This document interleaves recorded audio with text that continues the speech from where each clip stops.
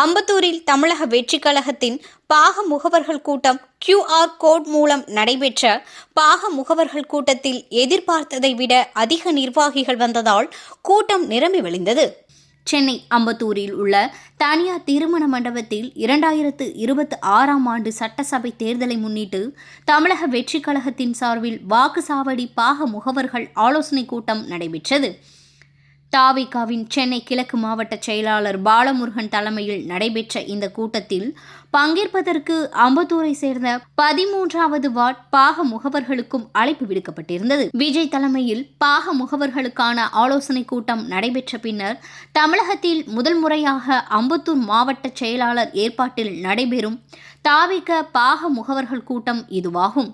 எனவே கூடுதலான தாவிக கட்சியினர் வருவதை தடுக்கும் வகையில் QR கோட் மூலம் சோதனை செய்து அனுமதிக்கும் நடைமுறை அமல்படுத்தப்பட்டிருந்தது.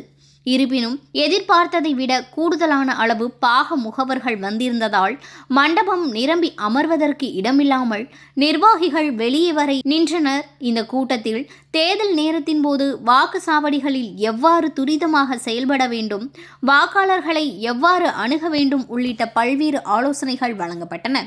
இக்கூட்டத்தில் 200க்கும் மேற்பட்ட தாவிக பாக முகவர்கள் உட்பட மொத்தம் 500க்கும் மேற்பட்டோர் கலந்து கொண்டனர்.